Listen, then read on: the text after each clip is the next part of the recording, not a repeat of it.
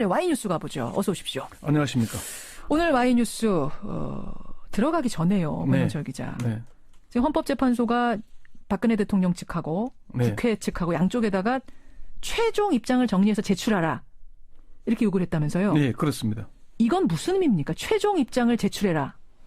이제 그게 변론 종결할 시기가 다가왔다는 걸 의미하는 걸로 이렇게 받아들여집니다. 그래요. 최종 선고일이 예, 다가왔다. 이미 헌재수장 권한대행인 이정미 재판관은 어제 12차 변론에서 이제 신문이 예정된 증인들이 불출석하면은 원칙적으로 재소하지 않겠다. 지금까지 한 여러 가지 주장을 일목요연하게 정리해서 23일까지 준비 서면으로 제출해 달라. 양쪽 다. 예. 그러면서 이제 세 차례 증인신문에 응하지 않은 고영태 전 이사, 유상영 전 부장의 증인 채택을 직권으로 취소했습니다. 안 나오면 말하라. 네. 예. 그래서 이게 국회 소추위원 대리인 단장인 황정근 변호사는 이건 상당히 의미가 있다. 그즈음 변론이 종결될 걸로 받아들였다. 이렇게 얘기를 했고요. 예, 예. 물론 이제 피청구인 측 대리인은 대통령 직접 출석을 상의해 보겠다. 피청구인 측 대리인이라면 이제 박근혜 대통령 예, 측 예. 변호사. 그러니까 그 얘기는 대통령 직접 출석을 상의해 보겠다는 얘기는 자기들도 변론 종결이 임박했다는 걸 느낀다는 얘기거든요. 그렇죠. 그래서 대통령 직접 출석을 내세워서 좀 기일을 끌어보자 이런 의도가 보이는 거죠. 예정대로라면 2월 22일 222 그날이면 모든 변론이 종결됩니다. 종결되는데 박근혜 대통령이 내가 직접 나가서 한마디 하겠소라고 하면은 더 늘어날 수가 있는 거죠. 뭐 그것도 굳이 뭐 지금까지 의견서를 냈고 예. 또 대리인들이 충분히 입장을 전달했잖아요. 예. 나온다는 게 계속 안 나온다 그러다가 시간 끌기 의도가 명백하다면은 그게 뭐 내가 2월 28일 가겠다 아니면 3월 17일 가겠다 이렇게 하면은 헌재로서는 받아들일 수 없는 거잖아요. 헌재가 물론 배척할 수 있습니다. 아니 시간 줬는데 안 나오다가 이게 무슨 소리입니까라고 할 수도 있겠지만 대통령이다 보니까 그걸 그렇게 무시하기는 어려울 거다라는 관측이 나오는 거 아니에요? 지금 이미 할 얘기는 다 했지 않나 이렇게 받아들이고 있는 것 같습니다. 바로 이제 그 부분입니다. 예. 마지막으로 대통령이 직접 출석이란 카드를 꺼낼 것이냐 말 것이냐 여기가 관건인 것 같습니다. 결과에 대한 얘기도 뭐 좀 나오고 있던데 어떻게 보세요? 그 얘기는 사실 좀 저는 무리하다고 보는데요. 늦어도 2월 말 뭐 변론 종결쯤 해서 3월 초순 3일 10일 이전에는 하지 않겠냐는 게 지금 정확한 관측인데 예, 예. 일각에서는 뭐 너무 이래 탄핵 인용은 당연하다 아니면 기각될 거다 해서부터 어떤 재판관은 기각할 거라는 등등의 온갖 억측이 나오잖아요. 맞아요. 이게 사실은 별로 도움이 되는 얘기는 아닌 것 같은데 헌재가 이게 가닥을 잡은 겁니다. 23일까지 최종 입장을 서면으로 제출하라고 한 것은 이제 막바지로 가고 있다. 결론은 몰라도 이제 시점은 좀 예, 가고 있다. 이제 정리하겠다는 입장을 드러낸 거죠. 자, 그런 얘기였군요. 최종 입장 내라는 의미가 어제 한 얘기가. 오늘 주제 가보겠습니다. 오늘은 무슨 얘기입니까? 특검 수사가 지금 며칠 남았는지 기억나십니까? 2월 말까지니까 오늘 10일이니까 18일 남았네요. 예, 예. 이게 이제 50일, 70일간의 1차 수사 기간 중에 50일이 지나고 20일도 채 남질 않았습니다. 예, 예. 그런데 박근혜 대통령에 대한 수사보다 더 어렵게 이루어지고 있는 수사가 바로 우병우 전 민정수석에 대한 수사입니다. 아, 수사를 하고 있긴 있어요? 예, 하고는 있어요? 뭐 그 정도로 느낄 정도로 제대로 안 되고 있는 겁니다. 그러게요. 검찰에서 특별수사팀을 구성해서 윤곽근 대구고검장을 팀장으로 앉혔는데 4개월여 동안 미적대면서 우전 수석의 눈치만 보다가 아무런 성과도 없이 수사를 마무리했죠. 그랬죠. 그리고 박영수 특별검사도 우병우 전 수석에 대한 소환 일정조차 잡지 못한 채 주변만 맴돌고 있습니다. 예, 예. 그래서 박영수 특검의 우병우 수사 왜 변죽만 울리나 이렇게 주제를 정해봤습니다. 특검은 잘 할 줄 알았는데 우병우 수사. 네. 왜 특검조차도 우병우 수사에 변죽만 울리고 있는가? 진짜 궁금하네요. 아니 소환 일정조차 정하지 못하고 있어요? 이규철 특검보가 그제 정례 브리핑에서 수사 종료 시점을 고려할 때 늦어도 다음 주말까지는 조사돼야 한다 이렇게 얘기를 했습니다. 특검의 한 관계자도 다음 주 중에는 조사가 이루어져야 한다고 얘기를 했거든요. 다음 주에 안 되면 안 되는 거군요. 근데 이게 얘기의 말을 행간을 잘 봐야 되는 게 예, 예. 통상 이제 주초 또는 주말쯤 소환할 예정이라고 얘기를 하지 예. 다음 주말까지 조사돼야 한다는 원론적이면서 희망적인 얘기잖아요. 아, 희망의 얘기. 아직까지 소환 일자가 정해지지 않았다는 얘기가 되는 겁니다. 예, 예. 그래요. 그러니까 다음 주가 마지노선이고 거기 넘기면 사실상 이제 수사가 끝나는다는 얘기네요. 다음 주말까지 소환이 안 이루어지면은 우병우 전 민정수석에 대해서는 특검에서는 수사기간이 연장되지 않는 이상 구속영장 청구가 어려워지는 시간이 되는 겁니다. 상황은 그렇습니다. 그리고 우병우 전 수석을 나오라고 해도 바로 나올지도 모릅니다. 그렇죠. 지난번 이 국정조사에서도 계속 뭐 도주하고 그랬잖아요. 예. 그래서 법조계에서는 다음 주 초에는 우 전 수석을 소환 조사해야 차질이 없을 것이라고 합니다.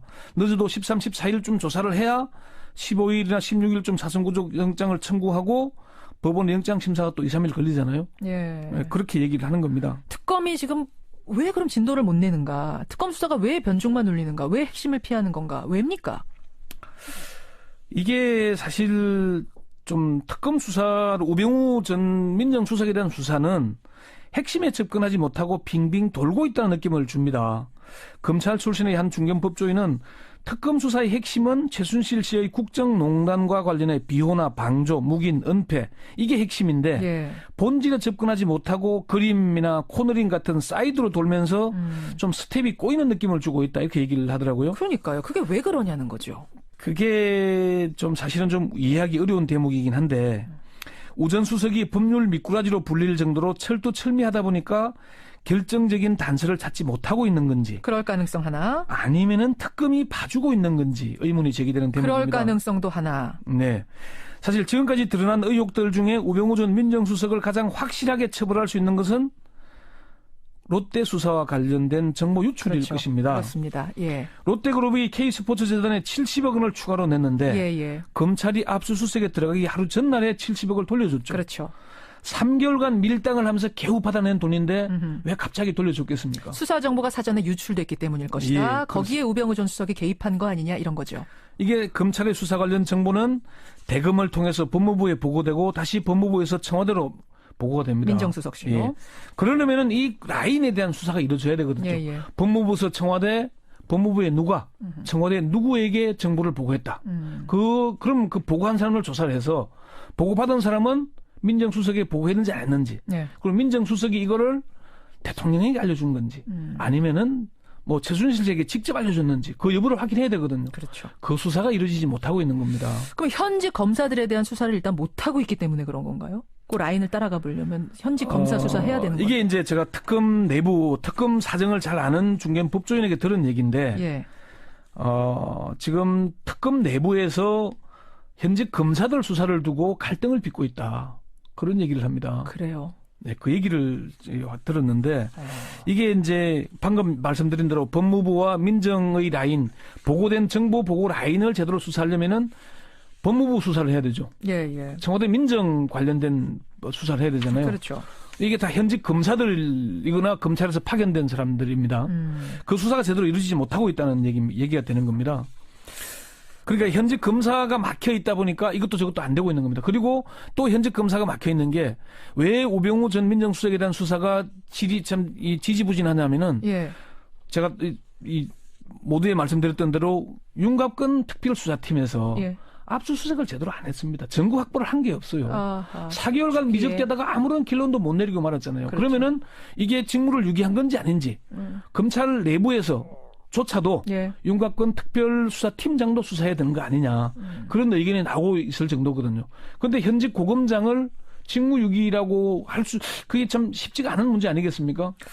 그러면 현직 검사들에 대한 수사가 제대로 이루어지지 못한다면 우병우 전 수석에 대한 구속영장 청구도 못하고 소환도 못하는 거고 구속도 못하는 거고 이렇게 될 가능성이 크네요. 물론 이제 우병우 전 민정수석의 소환에 대해서 이런 얘기도 나옵니다. 이게 피날레로 대미를 장식하는 게 우병우 전 민정수석 아니겠느냐. 일부러 지금 주인공처럼 남겨두고 있는 거 아니냐라는 얘기도 나옵니다만 권영철 기자 보시기엔. 근데 그 얘기를 하기에는 너무 임박해지고 있거든요. 그렇죠. 예. 그래서 제가 그 특검 관계자에게 확인을 해보니까 지성이면 감천 아니겠냐. 우리도 최선을 다하고 있다 얘기를 해요. 근데 오죽하면 그 말을 할까 싶네요. 지성이면 감천이라는 얘기가 나올 정도면. 이제 그런 느낌이기도 하고 이 특검 사정을 잘 아는 이제 한 법조인 얘기를 그렇게 얘기를 합니다.